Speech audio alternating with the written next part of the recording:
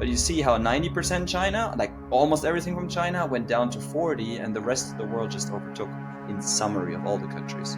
How hard would it be to move to another country, like another country that can manufacture, those types of products? It doesn't help if you tell somebody, hey, build me a business, because you don't know if the results are good if you haven't gone through the steps. And there's no right answer here. What is your favorite country to source from?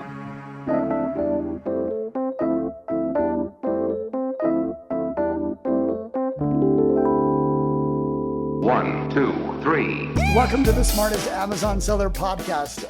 It's your host, Scott Needham. I have with me a guest that has a specialty that I'm very curious to learn more about. Started out as a seller, still sells products in a few different marketplaces, but really where he has cut his teeth, where he has worked with governments, with Amazon Basics, with countless number of sellers to help them source products worldwide, not just China. Everyone thinks sourcing from China, and we're going to kind of unpack the non-China sourcing. So super excited to have with me Sebastian Hertz from the founder of Zignify. And Sebastian, welcome. Thank you so much, Scott, for having me. And I have to really admit, Smartest Seller Podcast, what a name. This is amazing. So it's a big honor to be invited here. Yeah, I wish I was the smartest in every category. I am so far from that. I actually think as I've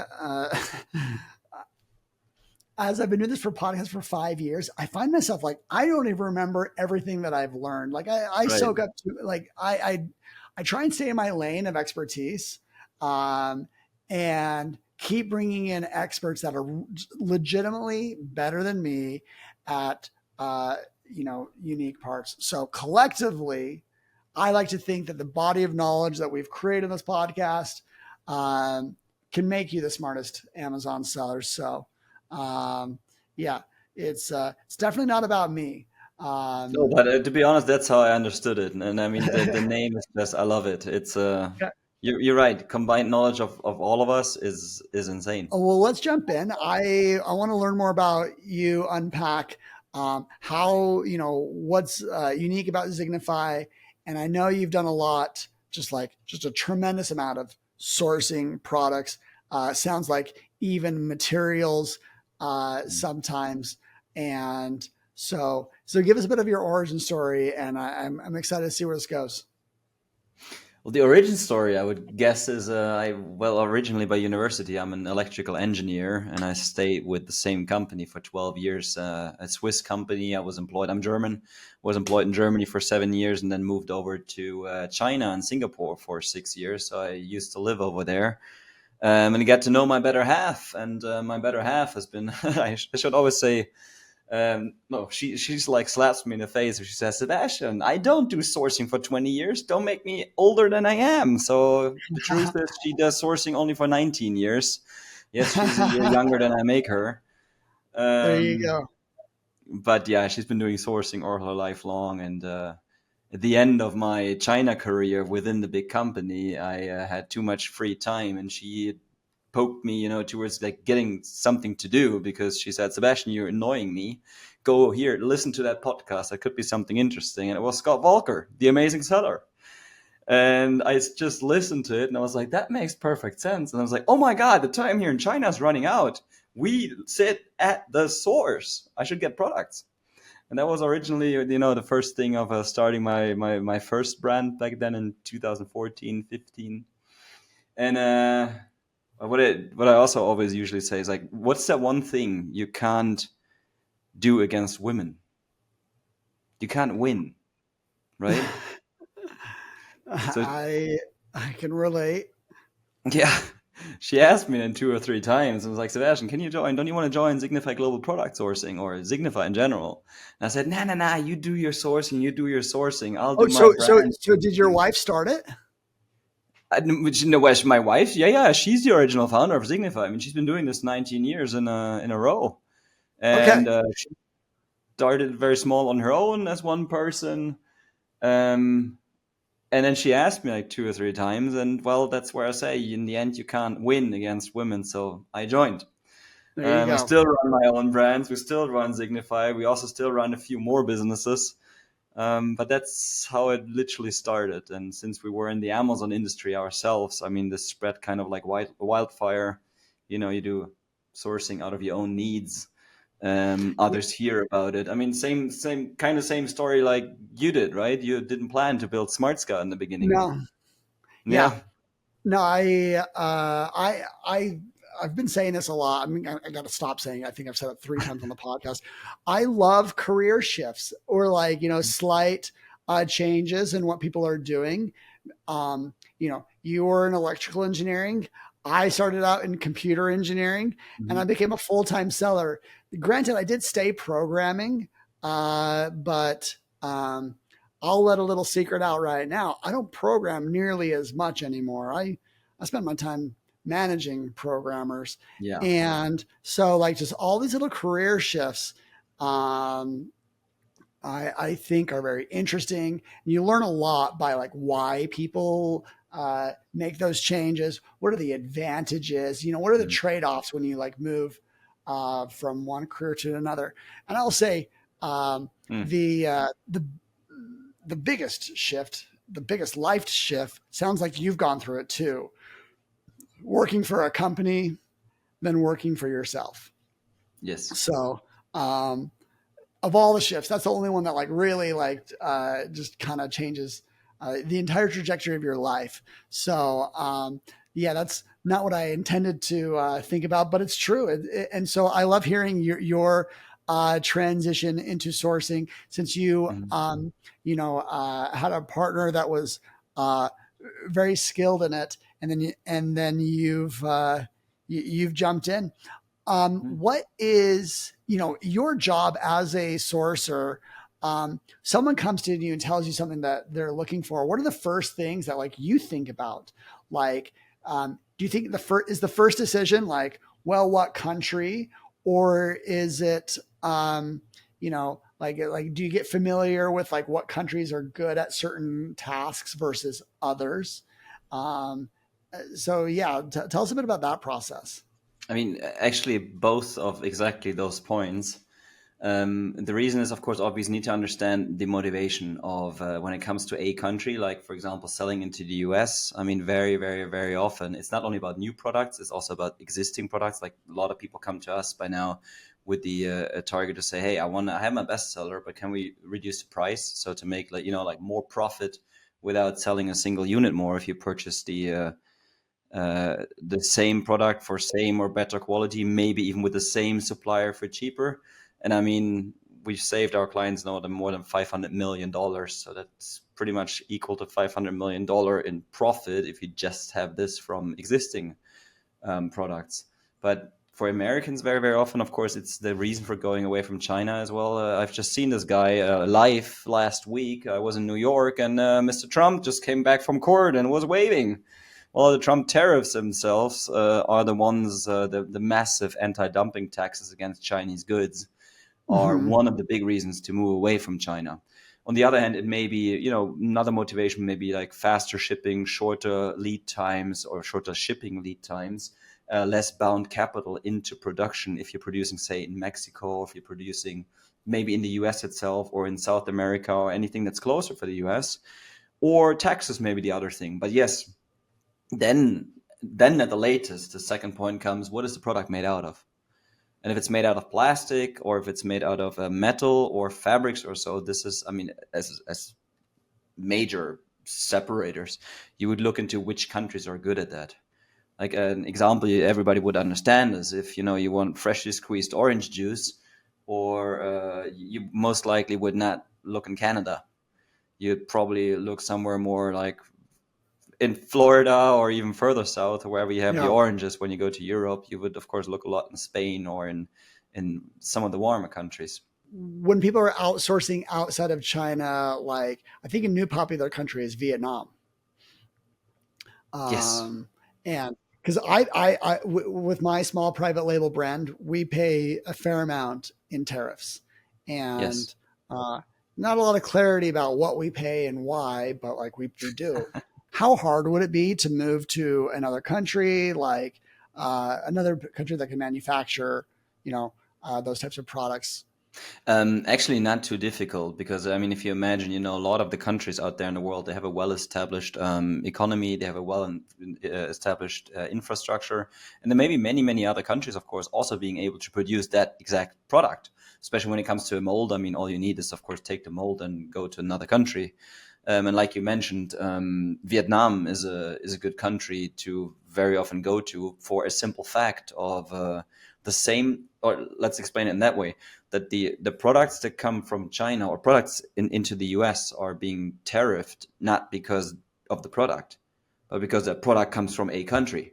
The exactly same product may now come, like you say, from Vietnam, and it may have 0% import tariffs or even lower, or in general, like lower import tariffs, if at all, than China.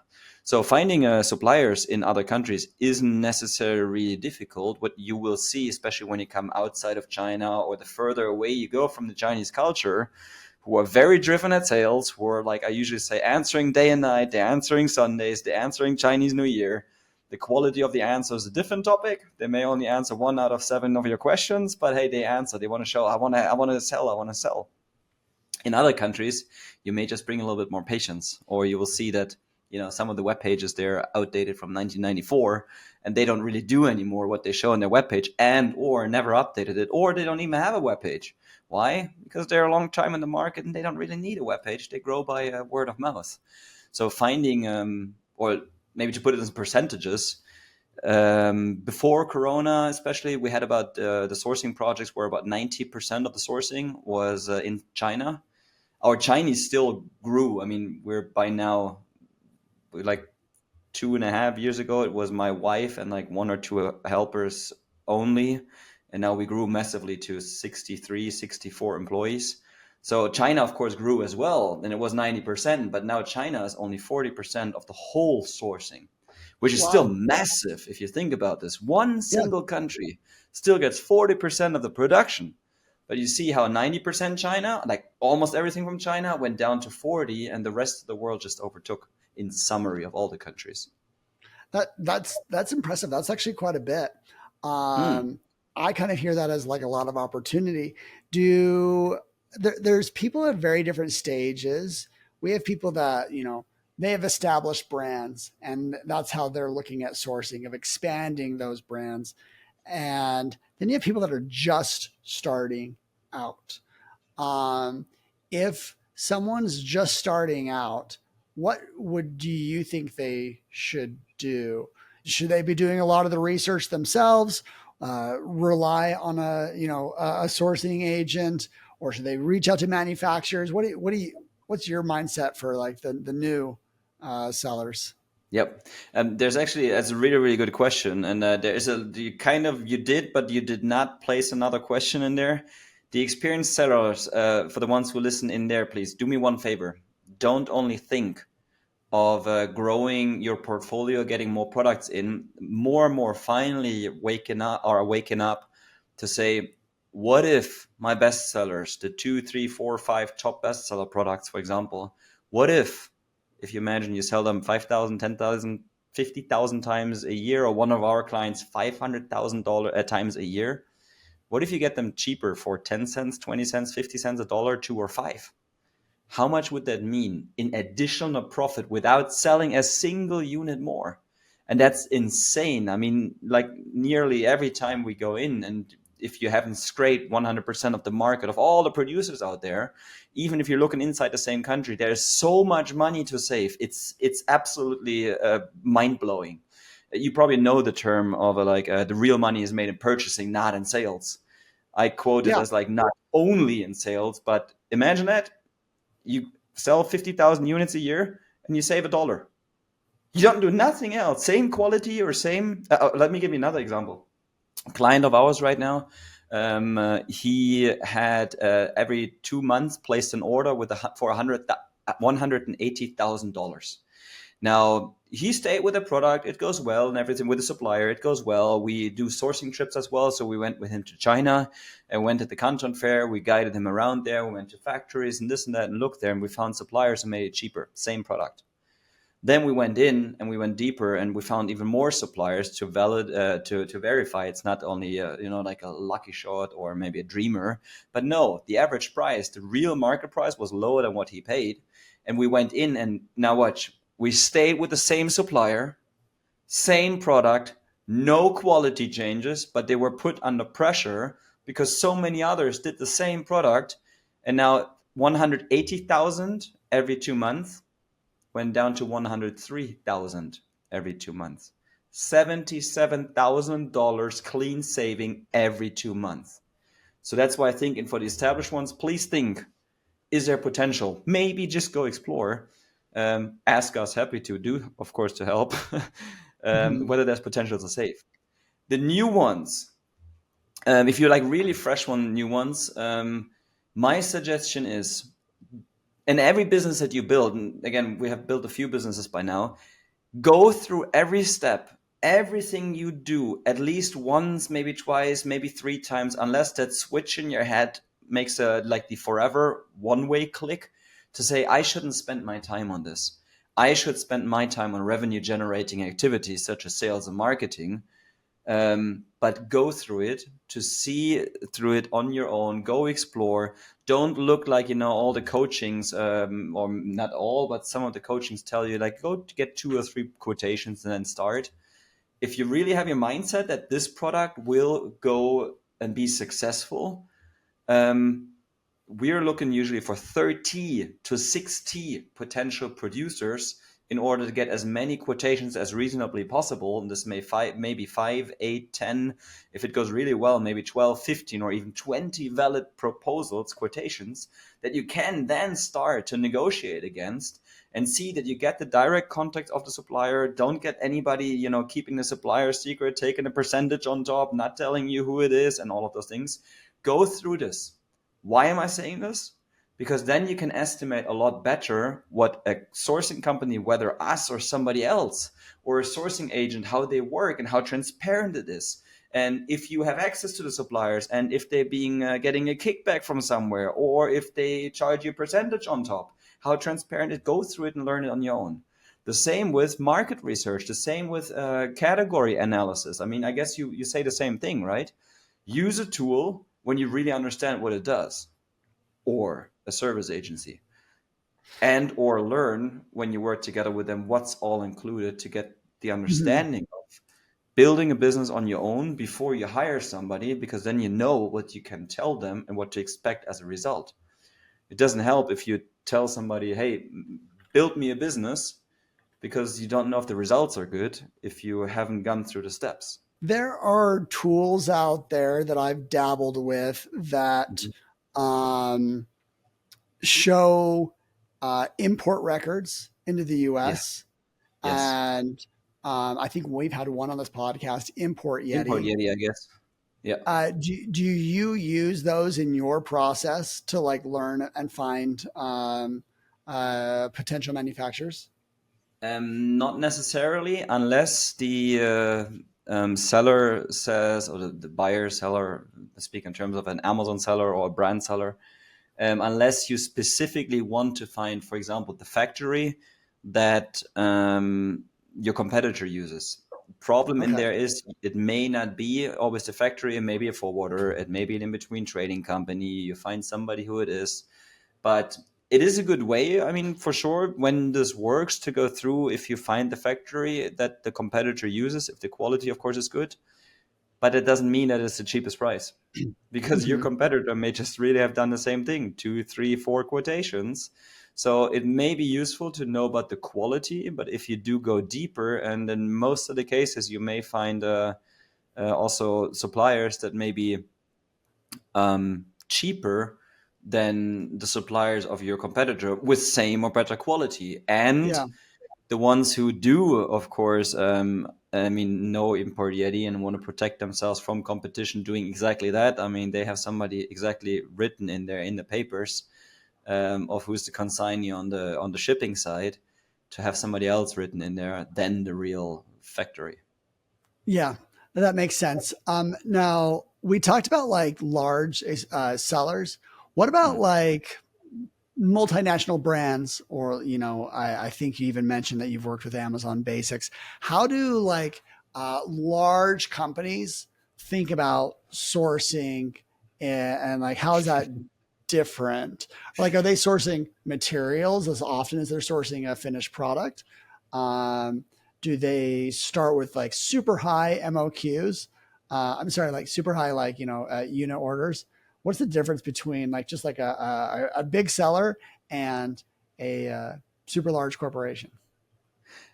I would call, like, let's say, a big seller or medium-sized corporations. They're like the ones usually very nicely to work with. You know, they're not the absolute beginners who.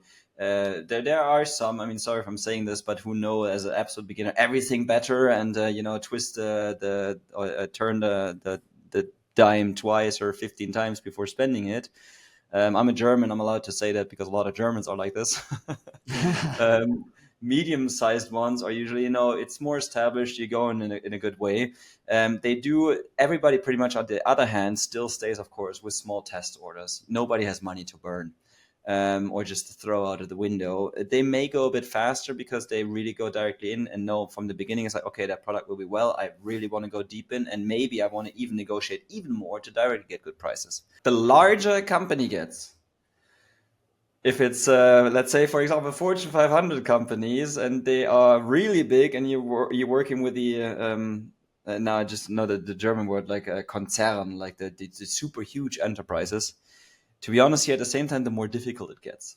We've just done, I'm not going to give a name right now, but one of the multinational enterprises, we went from such a small, or it was still a small order in the beginning that was planned, and 4 months later, we're discussing about much smaller numbers. Even you think it's like, so now we spend 4 months on a couple of jackets and a couple of hats to make a test order. The larger the companies get, the more difficult it may also be, and the less they even spend. So the good size of the cake for us, to be honest, or the nice, well-tasting one, or the medium-sized to larger ones, but not the multinational enterprises. They, on the other hand, also seem to even longer take time to understand of, hey, we should really switch to other countries, and what are the strategies and the bureaucracy needed to get all of those things in place, because there are also like 15 different heads in an enterprise and needing to think of improving everything. That relates to like one idea that I've had, and like we look at like some big brands and think that they're very capable. Clearly they are, but they're not quite the same as like a seller. A seller is usually very founder led. And there's like, and they're very hungry for an ROI on everything, and they want to move fast.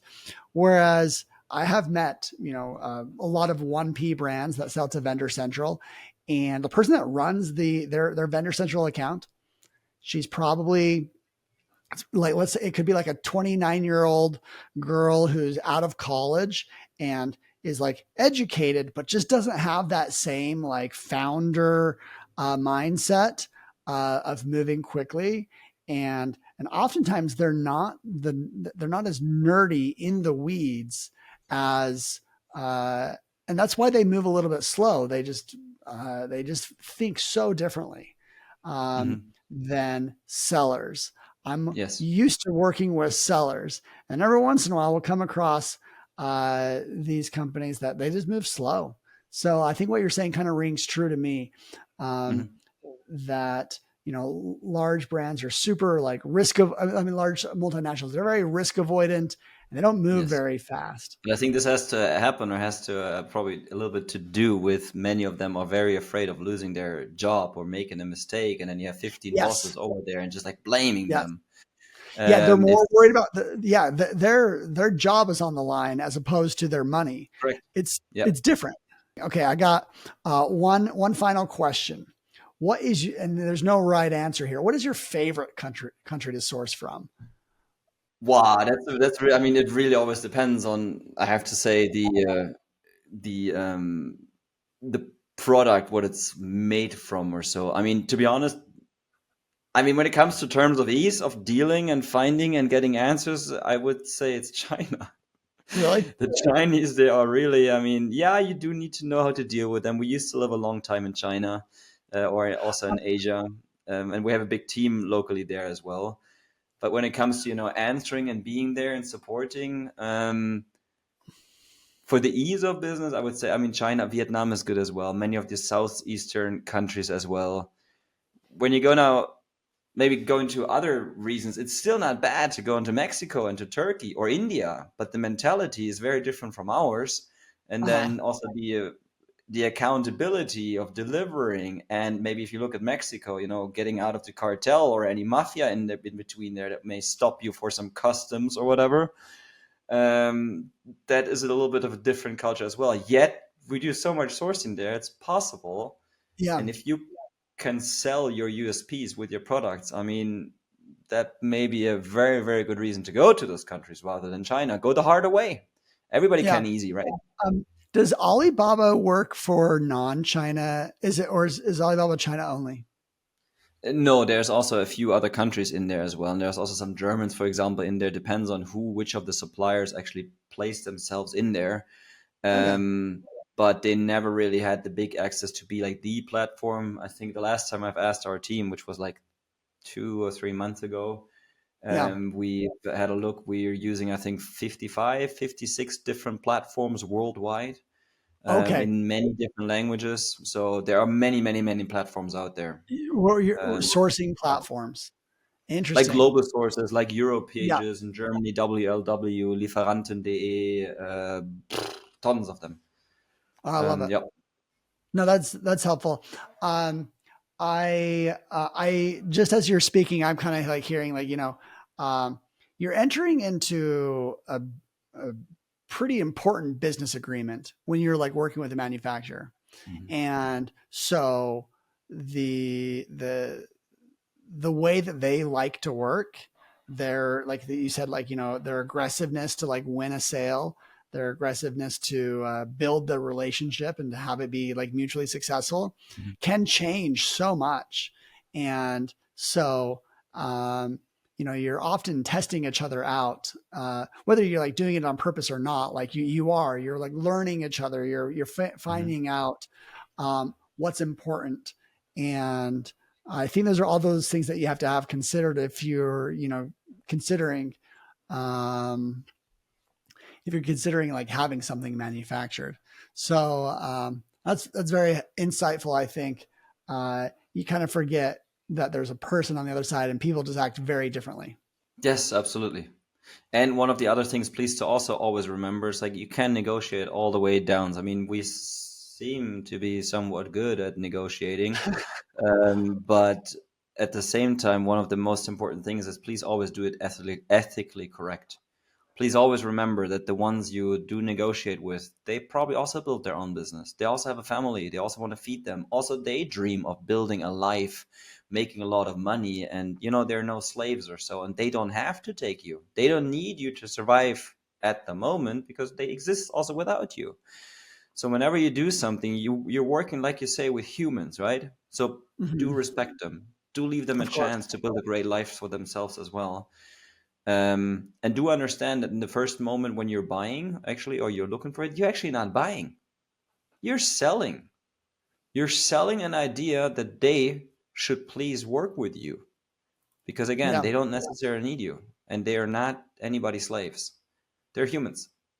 Yep, of course. You guys have sourced thousands of products, and I'm always fascinated. I have been to China myself, spoken to manufacturers, and I actually highly recommend it. It was a lot of fun. It was very Hmm. interesting, and at the end of the day, they showed us so much respect. Yes. The manufacturers, and so um, I love this like this little key. This is like a very interesting part of building a a brand or an Amazon business. This dealing with manufacturers, Hmm. and So there's no way to get it right, but there's a lot you can learn, a lot of insights. So Sebastian, thank you so much for coming and just chatting, sharing some of your experiences. And now Thank you so much. Zignify, you guys source for people worldwide. And how can people find you, learn more about what where do you post most often? Before I answer that, I actually wanted to, twist this around here a little bit. Maybe I'll keep you waiting a little bit. The thing is, guys, what helps, of course, always also before doing sourcing is, and no, I'm not paid for this, and I think he's probably going to kick me out in just a second for doing that. But you know what? Scott, as far as I got to know him, he's like a quite modest guy, and maybe doesn't, he didn't interviews all the people, but doesn't really talk about himself. So, guys, do me a favor, go check out Smart Scout as well, and look into the niche analysis. Do look into the categories, see how the niches and the categories, they develop. What is that over time? And get yourself a clear picture of what you want and what kind of product and why is it good and what should you change in a product before sourcing and everything. Don't cut me off here right now, Scott. I'm going to continue. No, check out Smart Scout as well and have a look and get a demo of this. I mean, it is super interesting. And also, by the way, if anybody of the agencies out here right now is listening as well, and go check out what you have there as data, for example, about sellers as well as about brands, and see what you can get from there. It's not a dumb tool. It's what I've seen from the trade shows over the years. It's not bad. Yeah. So shortly for us, Zignify.net. There is a schedule a call button, and you may find me and my wife and the team, and of course we're on LinkedIn. Sebastian, the connector here, like this back there. Hertz with a few Chinese characters, or just Zignify, or on Facebook. We're also starting on Instagram and TikTok, but look at Sebastian here. He's a natural in building relationships. That was unexpected. Thank you for that. I think most of the audience, they know. I'm not going to tell them that you will pay me for that, right? Yeah. Well, I pay everyone all the time for saying that. No, I'm teasing. Well, Sebastian, thank you so much. Great conversation and great to hear kind of an update, how this type of business works, especially like the outside China opportunity. So if everyone, wants to learn more, reach out to Sebastian. He's all over. And finally, where are you right now? Are you at home in Germany? That is correct. Absolutely. Okay. I made one note as well. Zignify, the way how you spell it. In the beginning, it's a Z. In the end, it's a Y. Zignify.net. Okay. Yep. My wife and myself, we do live in Germany. We founded the business in Singapore. I mean, we used to live over there, and our team actually sits everywhere there where production is, because we go into the factories and do local quality control. Awesome. You can't do that remotely, so this is why our team is 100% remote in the factory sites or in the factoring in the producing countries. Awesome. Okay. Well, thank you. That's everyone for listening. That's the pod. We'll catch you on the next week episode. 1, 2, 3.